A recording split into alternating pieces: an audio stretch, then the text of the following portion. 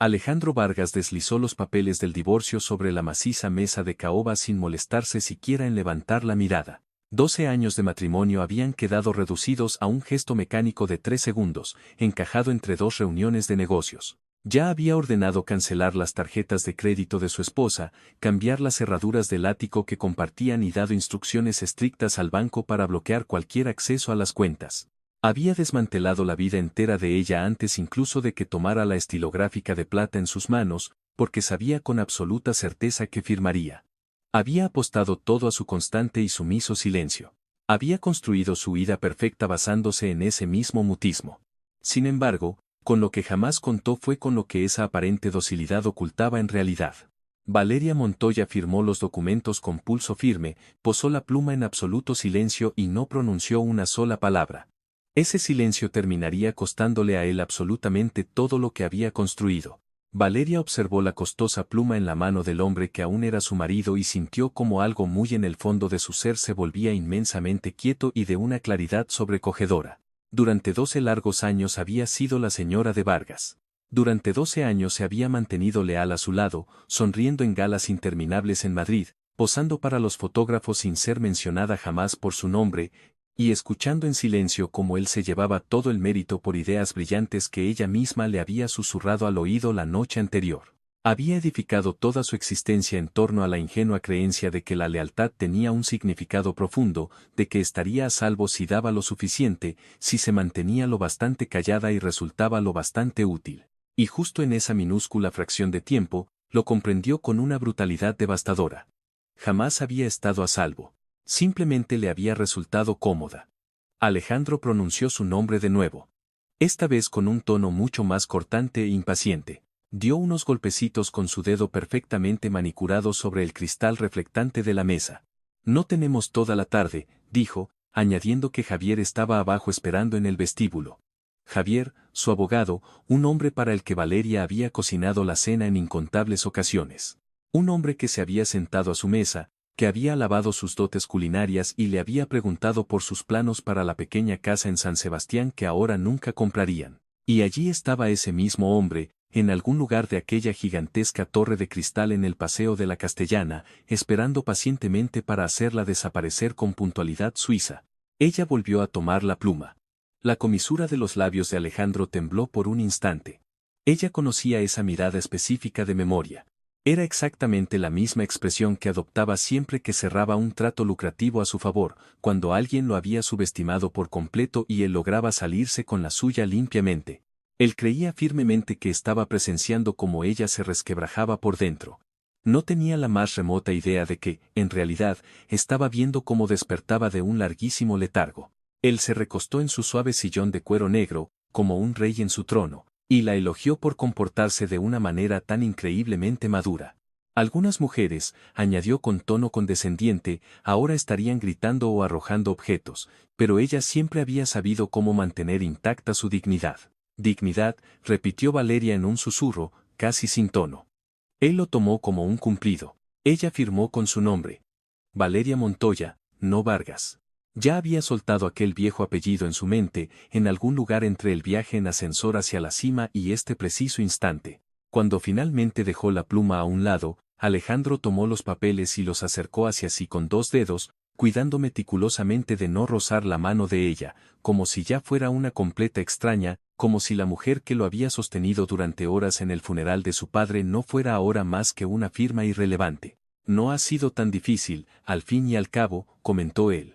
Valeria respondió con asombrosa calma, no, realmente no lo ha sido. Él parpadeó, desconcertado. Por una fracción de segundo, algo inseguro parpadeó en su rostro, por lo general tan sumamente controlado. Había esperado lágrimas sinceras. Se había preparado para una tormenta emocional y, en su lugar, había cosechado un silencio glacial. Y el silencio absoluto era lo único que Alejandro Vargas nunca había sabido leer correctamente. Él prefería a las personas ruidosas, porque las personas ruidosas son maravillosamente fáciles de manipular. Pero una mujer callada, que simplemente accedía sin hacer comentario, que firmaba sin presentar la más mínima batalla, y lo miraba con unos tranquilos ojos oscuros que no revelaban absolutamente nada, era una especie de ser humano completamente diferente. Sin embargo, se recuperó rápido, como siempre hacían los hombres como Alejandro. Explicó que había dado instrucciones al bufete para que se encargaran de los asuntos prácticos, ya que era una solución mucho más limpia y menos emocional. Valeria ladeó ligeramente la cabeza y le preguntó a qué asuntos prácticos se refería exactamente. Él casi sonrió. Le explicó que las cuentas, las tarjetas y, de todos modos, todo estaba a su nombre, y que el ático pertenecía a la empresa. Técnicamente hablando, nunca había habido nada que realmente le perteneciera a ella. Pronunció la palabra técnicamente como si fuera un regalo generoso. Pero recalcó que no era un monstruo y que le había dejado un pequeño colchón financiero para que pudiera empezar de nuevo.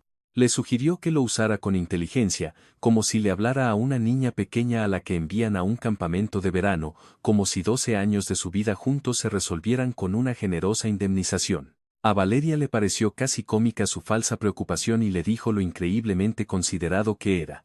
Alejandro se echó a reír de forma genuina y la llamó una silenciosa superviviente que siempre caería de pie. Ella se puso en pie y notó, con sorpresa, que sus piernas estaban completamente firmes y estables. Durante las últimas 3 semanas había imaginado este momento 1000 veces, desde que encontró el segundo teléfono móvil con el contacto de Leticia, cajón del escritorio. En cada versión de su fantasía, ella había temblado, llorado y exigido respuestas. En lugar de eso, ahora estaba de pie en esa oficina acristalada, a 60 pisos sobre las ruidosas calles de Madrid, y no sentía nada más que un enfoque frío y cristalino, similar a la superficie pulida de un lago congelado. Preguntó si eso era todo. Alejandro miró su costoso reloj, un regalo que ella le había hecho en su 10º aniversario de bodas. Él lo confirmó y dijo: Javier la acompañará a la salida. Valeria replicó que sabía perfectamente encontrar la salida por sí misma.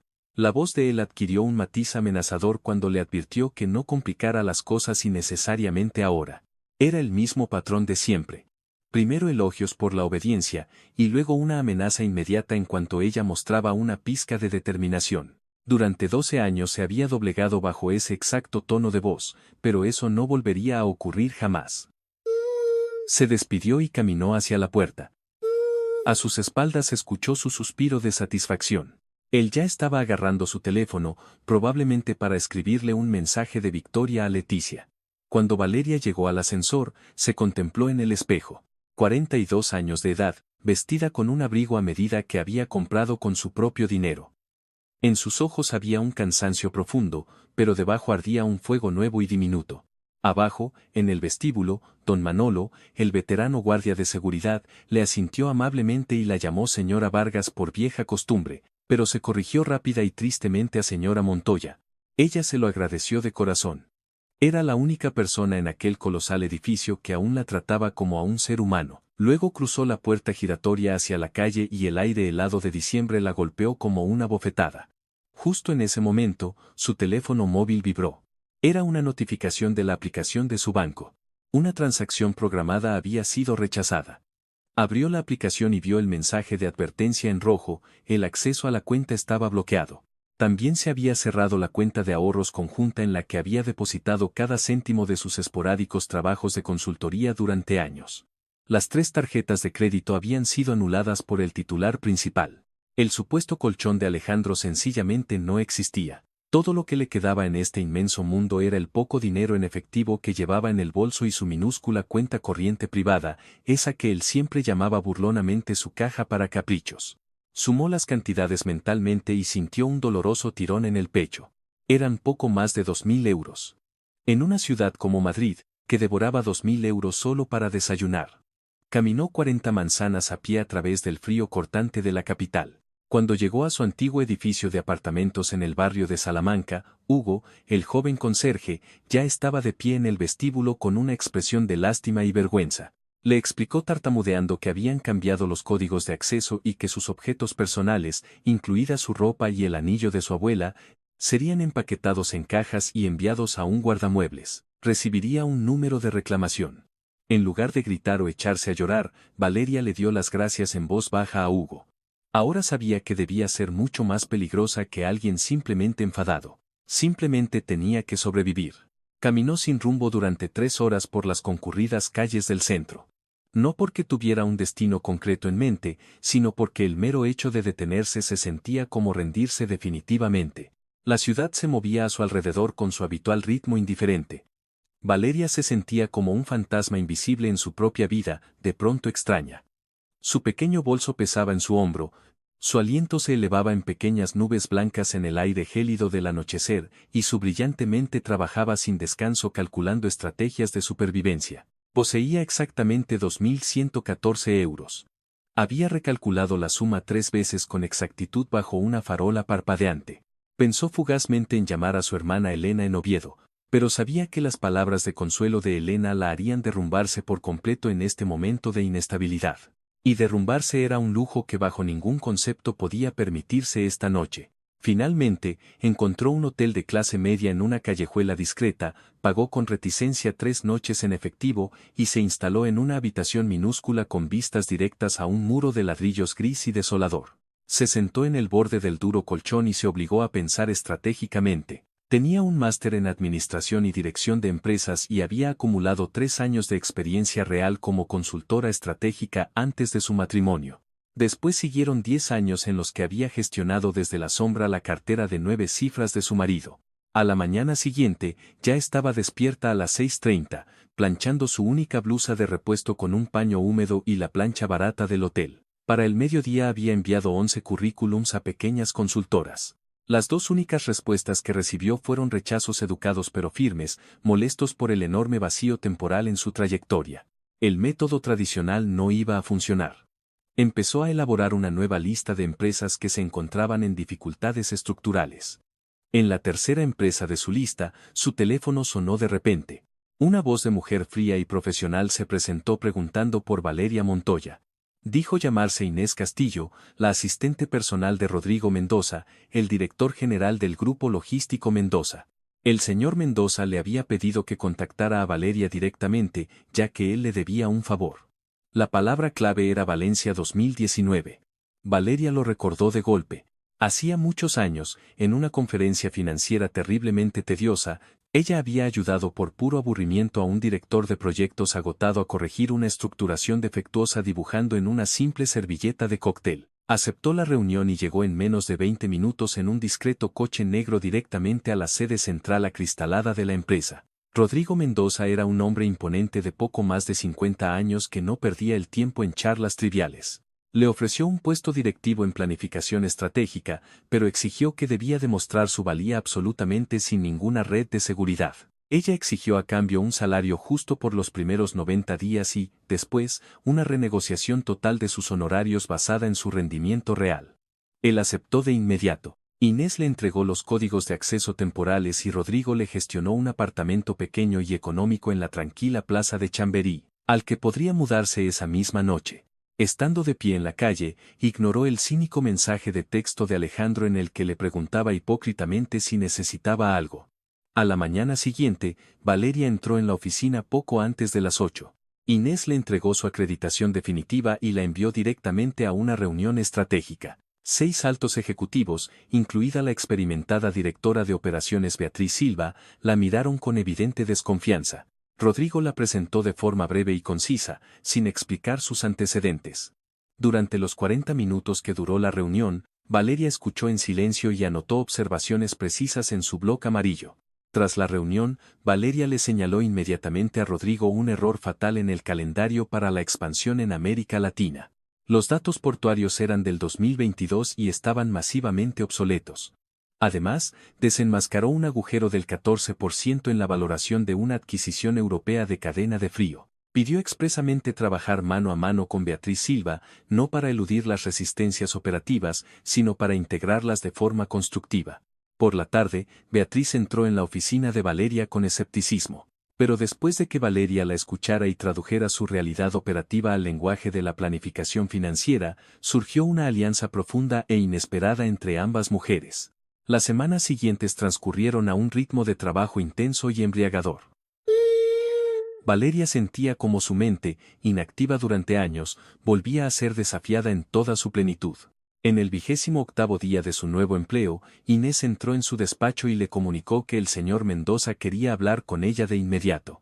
Rodrigo le reveló que estaban invitados a una exclusiva mesa redonda con 12 empresas de renombre. Una de esas empresas era Vargas Capital, representada por su exmarido. Le ofreció una salida elegante, dar un paso atrás y sentía que no estaba preparada para la confrontación. Valeria pensó en los exiguos 2.000 euros en su habitación de hotel, en la gélida pared de ladrillos y en el tic de satisfacción en la boca de Alejandro cuando ella firmó los papeles. Le comunicó a Rodrigo, con voz serena e inquebrantable, que definitivamente participaría. Rodrigo asintió con aprobación y le exigió que ella liderara por completo la presentación del Grupo Logístico Mendoza en esa sala. Valeria se preparó con una acribia implacable. Conocía los datos, las vulnerabilidades de la competencia y su propia estrategia de memoria. La noche anterior a la gran conferencia, llamó brevemente a su hermana Elena en Oviedo para asegurarle que estaba bien, sin revelar detalles de negocios. Beatriz Silva le ayudó hasta altas horas de la madrugada a afilar los últimos detalles de su argumentación. A la mañana siguiente, se plantó ante el enorme espejo de su nuevo apartamento en Chamberí y reconoció por fin a la mujer que le devolvía la mirada, de nuevo en la cima de su poder. Ya no era el apéndice mudo de un hombre arrogante, sino una estratega brillante dispuesta a recuperar el lugar que le correspondía en el mundo. A las 7:45 en punto, se reunió con Rodrigo en la sala de juntas. Le expuso sin un solo fallo los 3 puntos más débiles de su posición negociadora y, en la misma respiración, le proporcionó las soluciones herméticas. Rodrigo estaba visiblemente impresionado. El trayecto en coche hasta el Paseo del Prado lo pasaron en un silencio concentrado y productivo. Al entrar en el imponente edificio, Valeria sintió la familiar y cargada energía del gran capital. Encontró de inmediato su elegante tarjeta de asiento en la maciza mesa. Valeria Montoya, consultora estratégica principal. Ningún anexo, ninguna esposa sumisa, sino un nombre con identidad propia que exigía respeto. Justo en ese momento cargado de significado, escuchó la conocida voz altanera de Alejandro resonar en la sala. Respiró profundamente una vez y luego levantó lentamente la mirada para enfrentarse sin miedo a su pasado. Alejandro estaba a unos 6 metros, riéndose a carcajadas, y llevaba exactamente el mismo traje gris antracita que Valeria había elegido personalmente para él hacía 2 años. Cuando él descubrió el nombre de ella en la tarjeta, enmudeció abruptamente. Ella sintió como la temperatura a su alrededor descendió drásticamente. Con un control forzado, él se acercó a ella e intentó ocultar su gigantesca confusión tras una fachada de cortesía impostada. Preguntó, desconcertado, por su evidente conexión con Rodrigo Mendoza. Valeria respondió con una cortesía glacial que se encontraba excelentemente bien, y luego volvió tranquilamente a sus voluminosos documentos. Lo dejó deliberadamente en la más absoluta ignorancia con sus preguntas no formuladas. La mesa redonda comenzó exactamente a las 10:04. Rodrigo hizo la presentación introductoria antes de cederle la palabra a ella para la profunda estrategia de adquisición. Habló durante exactamente 9 minutos con una brillantez y precisión tales que la actitud de toda la élite de la sala cambió de forma palpable. Puso sobre la maciza mesa de conferencias las fuentes primarias decisivas que sofocaron de raíz cualquier posible objeción. Cuando un competidor veterano llamado Ignacio criticó duramente los costes laborales proyectados, Valeria le pasó el balón con inmensa elegancia a Beatriz. Beatriz convenció al experimentado hombre con su profunda pericia operativa de una manera tan magistral que éste no tuvo más remedio que asentir con reconocimiento.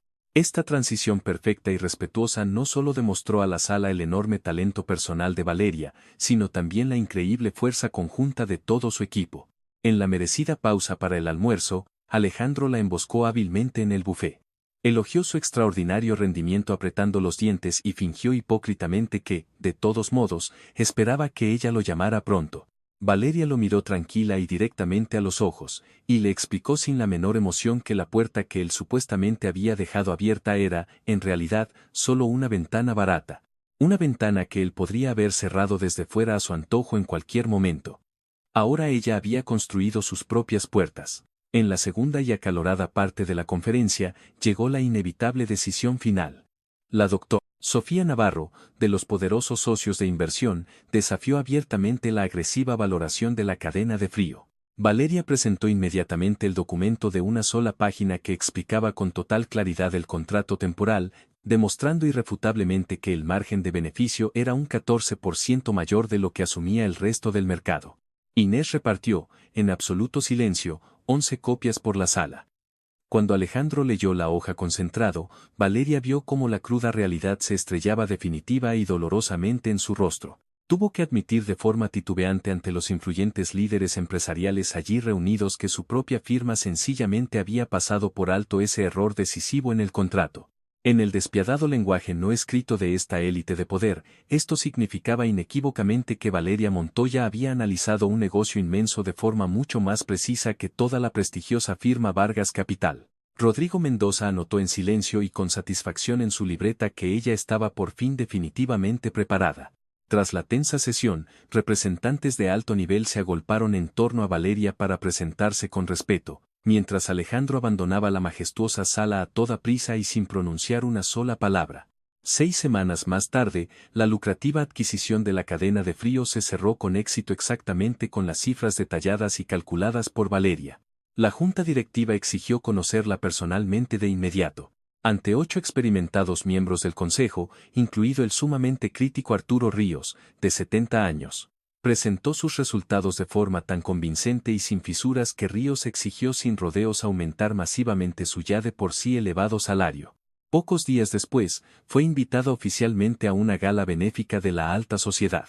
Mientras tanto, habían llegado las 3 simples cajas de cartón con sus escasas pertenencias desde el apartamento de Alejandro hasta la plaza de Chamberí. Observó una vieja y casi olvidada fotografía de sí misma de cuando tenía 29 años y la colocó en el alféizar de la ventana con un profundo sentimiento de orgullo. En la fastuosa gala, la coordinadora del evento, Natalia, la anunció como una brillante figura de liderazgo en el sector. Alejandro, que había acudido acompañado de su elegante nueva pareja, Leticia, la observó primero inseguro desde la distancia. Más tarde, esa misma noche glamurosa, se acercó a ella y confesó en voz baja, casi con humildad, que había cometido un error verdaderamente monumental y que la había subestimado de forma desmedida todos esos años. En ese momento, Valeria no sintió un triunfo atronador ni un deseo de venganza ardiente, sino únicamente una indiferencia total, pacífica y liberadora.